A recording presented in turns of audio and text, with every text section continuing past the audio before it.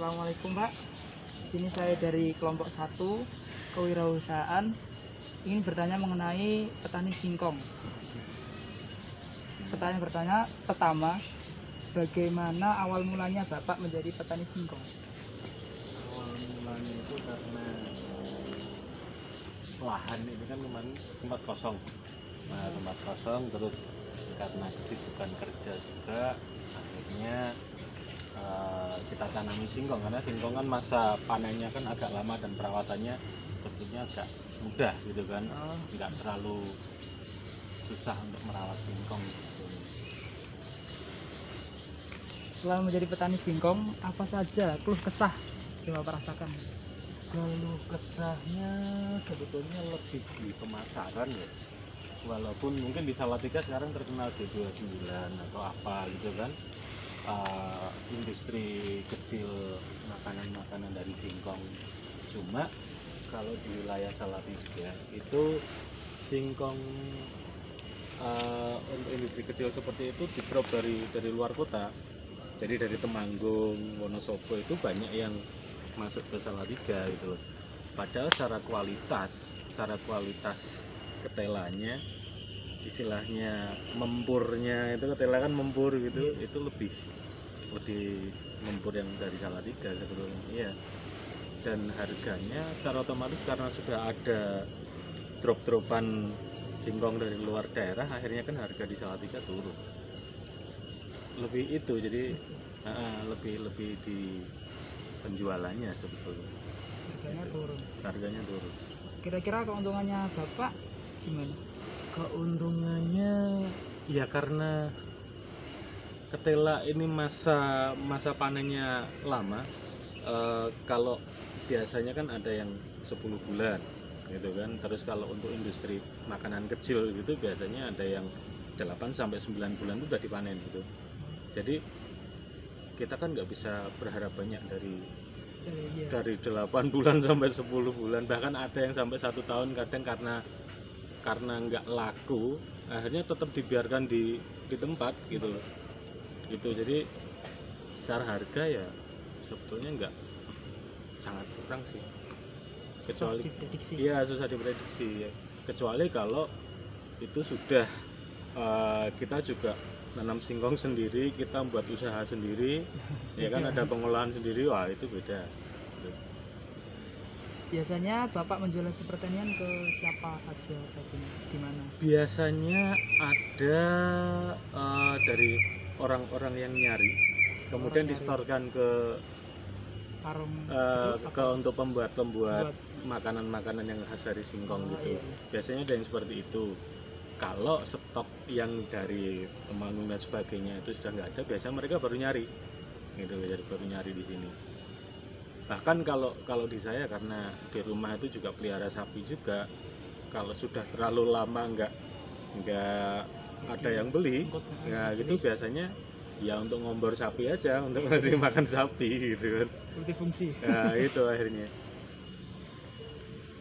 Ya udah, sekian dari pertanyaan yang saya bisa tanyakan ke Bapak. Makasih Pak. Sama-sama, semoga sukses.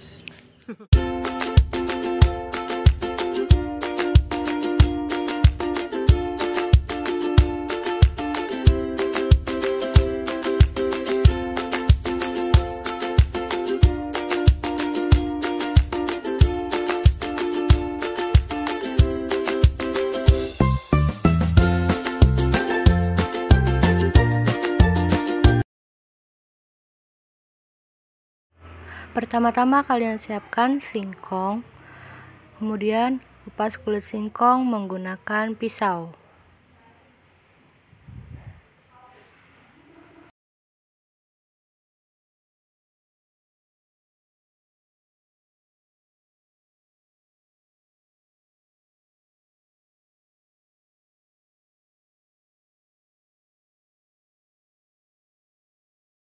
Jika singkong sudah dikupas semua, lalu potong-potong menjadi ukuran yang lebih kecil. Setelah itu, siapkan air, rebus hingga mendidih.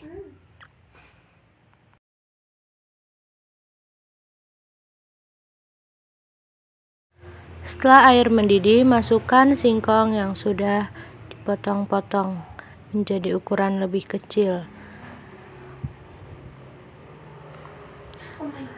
Lalu tambahkan sedikit garam untuk memberikan rasa gurih terhadap singkong.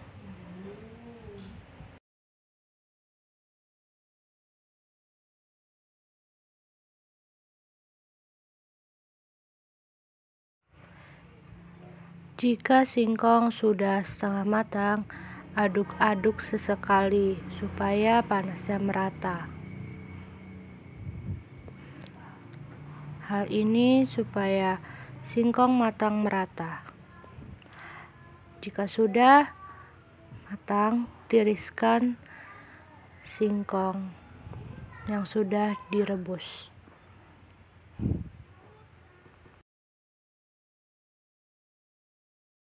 Selanjutnya siapkan piring, ulekan dan singkong yang sudah direbus.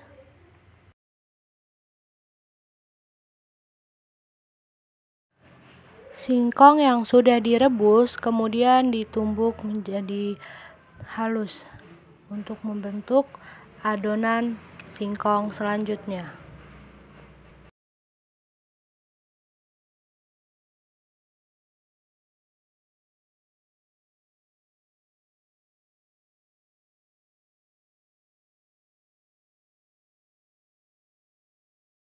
Kemudian adonan singkong yang sudah ditumbuk dicampurkan dengan tepung maizena. Penggunaan takaran tepung maizena sesuai selera. Tapi jika adonan sudah kalis, maka itu sudah cukup.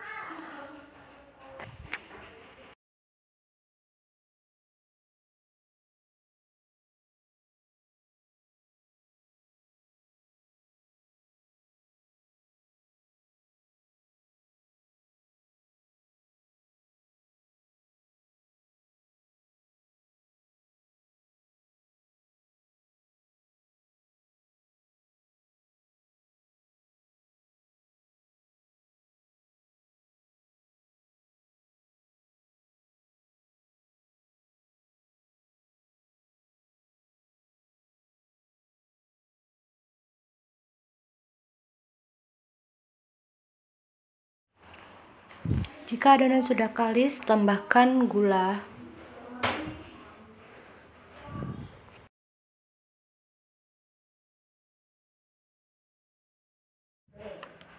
Lalu aduk gula dengan adonan hingga merata.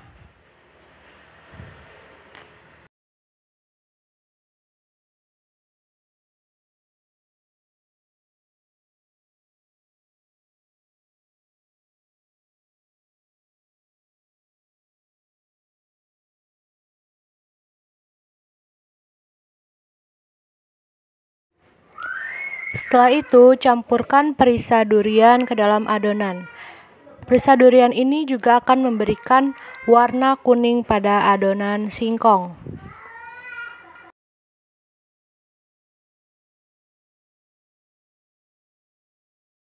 Setelah itu, bentuk adonan menjadi panjang-panjang, seperti stik singkong. Lakukan hingga adonan habis. Langkah selanjutnya yaitu menggoreng stik singkong durian. Proses penggorengan harus dilakukan berurutan satu persatu.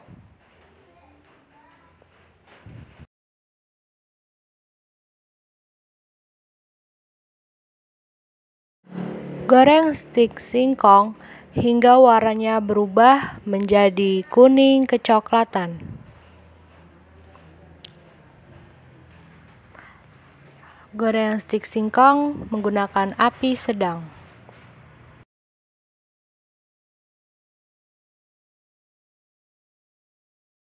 Ini dia singkong yang siap dipasarkan.